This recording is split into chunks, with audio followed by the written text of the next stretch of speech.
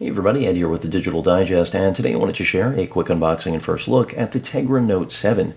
This 7-inch Android tablet is priced at $199.99, manufactured by EVGA in cooperation or partnered with NVIDIA, and really does offer some best-in-class specifications. We're actually looking at, in my opinion, not only one of the best values out there, but also one of the most powerful sub-10-inch tablets ever made. So with that said, let's talk about what you're actually getting for $200. As you may have mentioned, Tegra indicates NVIDIA. We do have a Tegra 4 quad-core processor under the hood. In fact, this practically is NVIDIA's very own tablet. As many of you know, they were responsible, at least for powering the Nexus 7 in years past, but they were dropped in favor of Snapdragon. So here we have NVIDIA basically filling the gap, making their own budget tablet, but no longer playing by Google's Nexus boundaries, or rules, I should really say. So we do have things like expandable storage, a stylus, among many others, that really make this, in my opinion, a better value for many users than a Nexus 2013.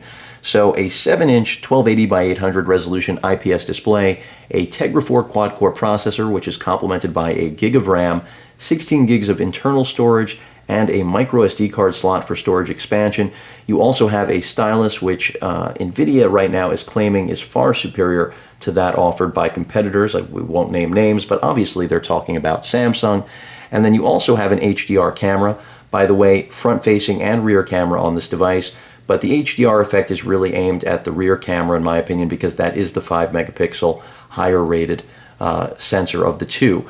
You also have front-facing speakers, something that a lot of users wish were on more tablets, and in this case, NVIDIA clearly acknowledging and listening to consumers, because for media consumption, there really is nothing better if you aren't wearing headphones. And then finally, this is running on version 4.22 of Jelly Bean. With that said, nothing really else to show you on the packaging, plenty of NVIDIA branding, and because really this is NVIDIA's own tablet. EVGA is just the manufacturer because they are a longtime partner. And if you aren't familiar with them, go ahead and give them a search. You'll see they've been around a long time. They make all sorts of peripherals, but in terms of this relation, obviously graphics cards, the big one.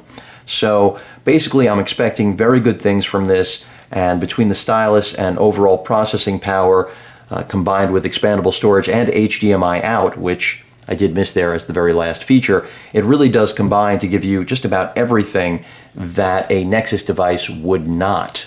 So I will be eventually comparing this to the Nexus 7 2013 for those of you curious or trying to decide between the two.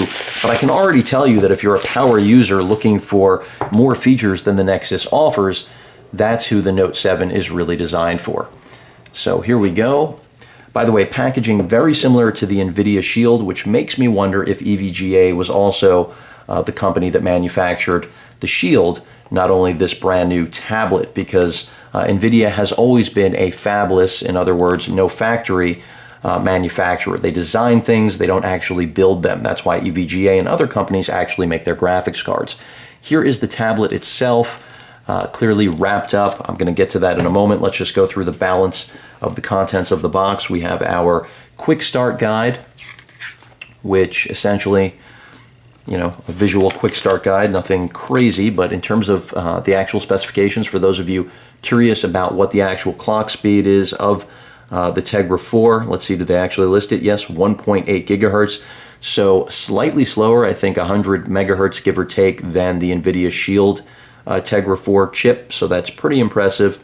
And then you'll see the front-facing cam right there is VGA, so that's not a high-quality camera by any means, but certainly it should still do the job, be serviceable for video conferencing. In terms of internal storage, I already went over that. Wi-Fi capability, I didn't mention that. BG and N right down there. Also Wi-Fi Direct, Bluetooth 4.0, and GPS. So for those of you curious, you've got it. Interfaces, you also have a micro HDMI out, which I discussed earlier, as well as USB 2.0 through a micro USB port, which can be used for transfer as well as, of course, charging. And they're claiming up to 10 hours of HD video playback in terms of battery life. So let me get this out of here, show you what the actual power brick and balance of accessories look like. See if I can get them out of here. And Basically, I'm just assuming we're going to see a standard, maybe I'm going the wrong way here, but a standard wall charger for micro USB. Here we have our micro USB cable, so that's a micro to traditional USB. That means this tablet also is going to be ideal for things like, you know, hooking up an on-the-go cable and using it for host. I mean, this really throws away all the limitations of what NVIDIA used to adhere to before they were, quite frankly, dumped by Google. And, you know, in the past I thought it was a bad thing, but now, if this turns out to be as good as I'm hoping it will be based on the paper specifications, then that breakup worked out well for consumers. So nothing special here on the power brick. Let's go ahead and get to the tablet. Relatively solid, I can already tell you. Weighty would be a good word for this. Even though the build is all plastic, you're going to see that back finish right now, which is actually reminiscent to the original Nexus 7, that textured, soft touch rubber finish, which is balanced out by a matte black plastic finish as well. You can see we've got EVGA branding, Tegra Note branding, our 5 megapixel camera, and then some more NVIDIA logos right down there at the bottom. Our stylus is up there in the upper left corner, which is really the right-hand side of the tablet. Let me take you around the tablet. You can see right here we have what appears to just be another port for the speaker, I believe, because even though the speaker is right here, front-facing as I mentioned, it looks like this is another area for it to emit sound. I'm going to go ahead and pull out the stylus so you can get a look at that. And NVIDIA really promising a whole new level of sensitivity with this stylus. Relatively natural, not too much different than what I'm used to with the Note line of products from Samsung. Feels like it's plastic, maybe a little bit metallic, but feels pretty good right now. Let me put that aside. Going around the balance of the device, let's take a look at the top. We have our volume rocker right there, and to the left of it is our micro SD card slot.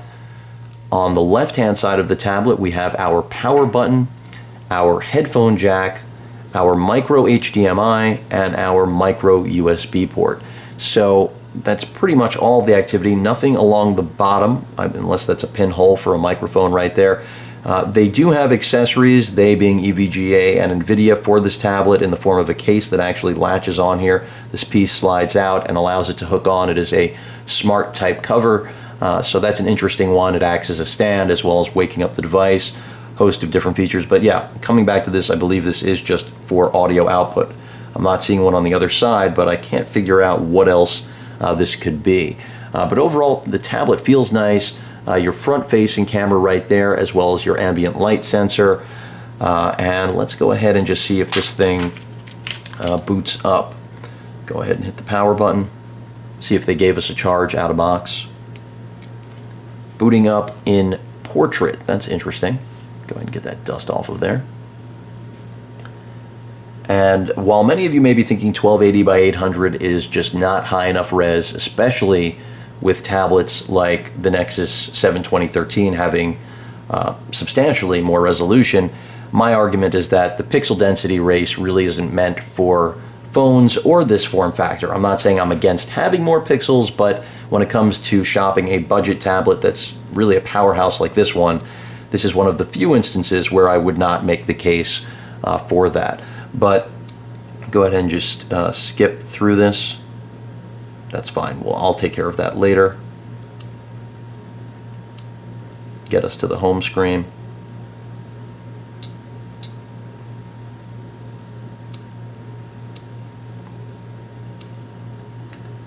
And there we have it.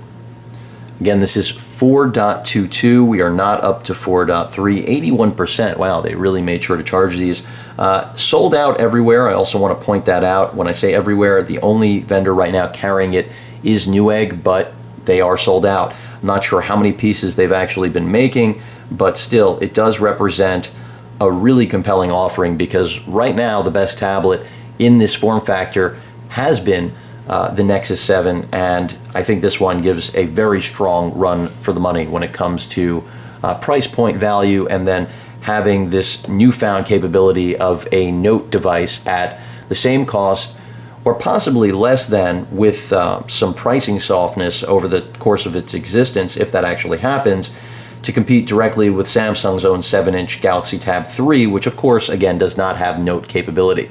So not only is this your least expensive entry into a Note-capable world, but you're also getting an incredibly powerful processor and what I anticipate to be solid battery life, great media performance with these speakers. The only thing I'm not expecting a lot from the front or rear camera, frankly, despite the fact that NVIDIA has been marketing it, especially with that HDR capture. But overall, the only other thing that people might worry about is the gig of RAM, but keep in mind, a single gig of RAM is really more than enough for just about anything I want to do with a 7-inch tablet. At least, especially under today's constraints with mobile OS platforms.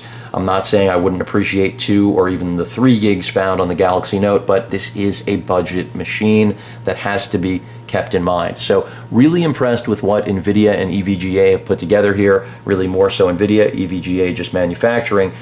Seems solid. Of course, I will be reporting back to you, but an exciting product to say the least, and happy to finally share it with all of you. Any questions or comments, please feel free to post them, and of course, as usual, please feel free to subscribe. Later.